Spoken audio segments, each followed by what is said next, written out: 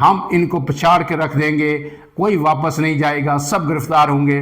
اس حکومت نے یہ پیشکش کر دی ہے کہ ہم آپ کو دھرنے کے لیے، احتجاج کے لیے ایک مقام آپ کا مختص کرنے کے لیے تیار ہے۔ اب تک کے جو ہمارے ذرائع بتا رہے ہیں، حکومت کی طرف سے جو پیشکش کی گئی ہے 2 مقامات، ایک جینا ان پشاور موڑ، جہاں پہ آپ کو یاد ہوگا کہ فضل الرحمان کا بھی دھرنا ہوا تھا اور کئی دنوں تک وہ چلا تھا، اس مقام کو مختص کرنے کی پیشکش کی گئی ہے۔ اور دوسرا مقام جو ہے وہ پریڈ گراؤنڈ کی بھی پیشکش کی گئی ہے کہ ان 2 جگہوں میں سے کوئی ایک جگہ آپ انتخاب کر لیں، وہاں آپ بیٹھیں، احتجاج کریں، دھرنا دیں اور پھر مذاکرات کی بات آگے چلے گی۔ لیکن اس سے پہلے میں آپ کو بتاؤں کہ جو اس سے پہلے پی ٹی آئی نے ایک فیصلہ کیا تھا، جو سوچ تھی ان کی کہ 27 تاریخ تک ہم اسلام آباد میں داخل نہیں ہوں گے۔ بیلاروس کے صدر آج پہنچے ہیں، ان کا وفد کل پہنچا تھا۔ 2 دن یہاں پہ مذاکرات ہوں گے، کچھ معاہدے بھی ہوں گے، دفاعی نوعیت کے معاہدے بھی ہیں، تجارتی نوعیت کے بھی ہیں۔ اس کے بعد جب وہ 27 کو ان کی روانگی ہوگی تو اس کے بعد ہم جو ہے اسلام آباد میں داخل ہوں گے۔ لیکن عمران خان کی آج جو ملاقات ہوئی پی ٹی آئی رہنماؤں سے، اس کے بعد پیش قدمی تیز ہوئی۔ بشرا بی بی اور علی امین گڈاپور نے یہ کہا کہ پیش قدمی تیز کی جائے، لیکن وہ پھر بھی آ کے سنگم پہ اسلام آباد کے رک گئے ہیں۔ اب وہ پیچھے والے قافلوں کا انتظار کر رہے ہیں جو بڑی سست روی کے ساتھ آ رہے ہیں۔ ہو سکتا ہے کہ آج رات کسی بھی وقت یا پھر کل صبح یہ فیصلہ پی ٹی آئی نے کرنا ہے، یہ حکومت نے نہیں کرنا، یہ سیکیورٹی اداروں نے نہیں کرنا، یہ پی ٹی آئی نے فیصلہ کرنا ہے کہ وہ کب اسلام آباد میں داخل ہونا چاہتے ہیں۔ حکومت کے جو ہاتھ پاؤں پھول چکے ہیں، حکومت کے اعصاب جواب دے چکے ہیں اور اب مذاکرات کی داغ بیل ڈال دی گئی ہے۔ آپ کو پتہ ہے کہ پھر آپ کو یاد کرا دیں، کل عمران خان کو اڈیالہ جیل میں ان کی سماعت ہوگی، انسداد دہشت گردی عدالت میں انہیں ریمانڈ مکمل ہونے پر پیش کیا جائے گا۔ اس کی جو فیصلہ ہوگا اس سے بھی بہت سی چیزیں واضح ہوں گی اور پھر یہ بات آگے بڑھے گی۔ اب اس سب کے ساتھ جب یہ ڈیولپمنٹس ہو رہی ہیں تو جب ہمیں آپ کو دن کو بھی بتایا کہ وزیر خزانہ کا بیان آیا تھا کہ روزانہ ملکی معیشت کو 170 ارب روپے کا نقصان ہو رہا ہے، صوبائی نقصانات الگ سے ہیں۔ اس کے ساتھ ساتھ شام کو جو حکومت کے لیے جو بری خبر تھی وہ وزارت پیٹرولیم نے جاری کی کہ ملک میں پیٹرولیم مصنوعات کا شدید بحران پیدا ہونے کا امکان ہے۔ خدشہ ہے کہ آئندہ 24 سے 48 گھنٹوں میں ملک میں پیٹرولیم مصنوعات ختم ہو جائیں گی، کیونکہ ترسیل مکمل طور پر جو فیکٹریاں ہیں ان کو بند ہے، اور نہ پیٹرول آئل ریفائنریز تک جا رہا ہے اور نہ پھر وہاں سے پیٹرول پمپوں تک ترسیل ہو رہی ہے۔ تمام کنٹینرز جو لدے ہوئے ہیں جنہیں ریفائنریز میں جانا ہے وہ سڑکوں پر کھڑے ہیں۔ اس لیے انہوں نے ایک مراسلہ جاری کیا، انہوں نے جاری کیا پنجاب حکومت کو اور پھر ڈپٹی کمشنر لاہور کو، ڈپٹی کمشنر اسلام آباد کو، ڈپٹی کمشنر راولہ کوٹ کو کہ بنیاد پہلے ان شہروں میں پیٹرولیم مصنوعات کی جو قلت کا خدشہ پیدا ہو گیا، لہذا حکومت پنجاب سے کہا ہے کہ فوری طور پر اس مسئلے کو حل کیا جائے تاکہ سڑکیں کھلیں، ہائی ویز، موٹر ویز کھلیں اور ترسیل جو ہے وہ آئل کی، پیٹرولیم مصنوعات کی وہ بحال ہو سکے۔ اور وزارت پیٹرولیم نے اس خدشے کا بھی اظہار کیا کہ اگر فوری طور پر فیصلہ نہ کیا گیا اور ایک دفعہ یہ سپلائی چین متاثر ہو گئی تو پھر آئندہ 1 ہفتے سے 10 دن بھی لگ سکتے ہیں، بے شک اس کے بعد سڑکیں کھل جائیں یہ ترسیل بحال ہونے میں۔ اس سے حکومت کو اب بڑی پریشانی لاحق ہو گئی ہے۔ اس کے بعد شام گئے جو آل پاکستان انجمن تاجران ہے، اس کے صدر جو اجمل بلوچ ہیں، انہوں نے بھی حکومت کو الٹیمیٹم دے دیا۔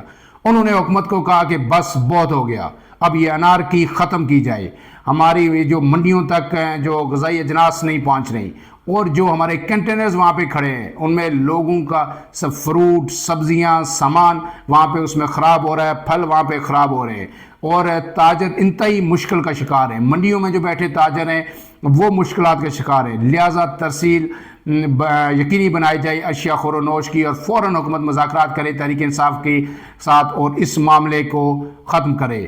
یوں ہر طرف سے اب حکومت پہ پریشر آ رہا ہے، حکومت کے اندر سے بھی، وزارتوں کی طرف سے بھی، تاجران کی طرف سے بھی اور شہریوں کی طرف سے بھی، ہر طرف سے یہ پریشر حکومت۔ ہم نے آپ کو سے پہلے بھی کہا تھا کہ پی ٹی آئی کا کچھ بھی سٹیک پہ نہیں لگا ہوا، عمران خان کا کچھ بھی سٹیک پہ نہیں ہے۔ حکومت کا امتحان ہے کہ حکومت کب تک یہ پریشر سسٹین کر سکتی ہے۔ پہلے دن سے ہم آپ کو یہی بات کہہ رہے ہیں اور وہ وقت آ گیا ہے کہ اب حکومت گھٹنے ٹیکنے پر مجبور ہو رہی ہے۔ اگلے آئندہ جو 24 گھنٹے وہ انتہائی اہم ہیں، اس میں بڑے فیصلے ہوں گے اور عمران خان نے ایک مرتبہ پھر جو ہمارے ذرائع کہتے ہیں انہوں نے آج جو پیغام بھیجا جہاں دوسری کئی اہم باتیں کی، انہوں نے ایک اہم بات پھر کی. انہوں نے کہا کہ میں ڈیو پروسیس کو فالو کروں گا، جو عدالتوں کا پروسیس ہے، میں اس کے بعد ہی باہر آؤں گا. لیکن جن بے گناہ لوگوں کو لاہور کی جیل میں قید کیا ہوا ہے، شاہ محمود قریشی ہیں، یاسمین راشد ہیں، عمر چیمہ ہیں اور دوسرے اعجاز چودھری ہیں، ان لوگوں کو اور پی ٹی آئی کارکنان کو فوری رہا کیا جائے. اس کے بعد پھر آگے باقی باتیں ہوں گی. مزید اپڈیٹس کے لیے ہمارے ساتھ جڑے رہیے اور ہمارے چینل عمران اعظم ویوز کو سبسکرائب کیجئے. فی الحال کے لیے اتنا ہی، اجازت دیجیے. اللہ حافظ.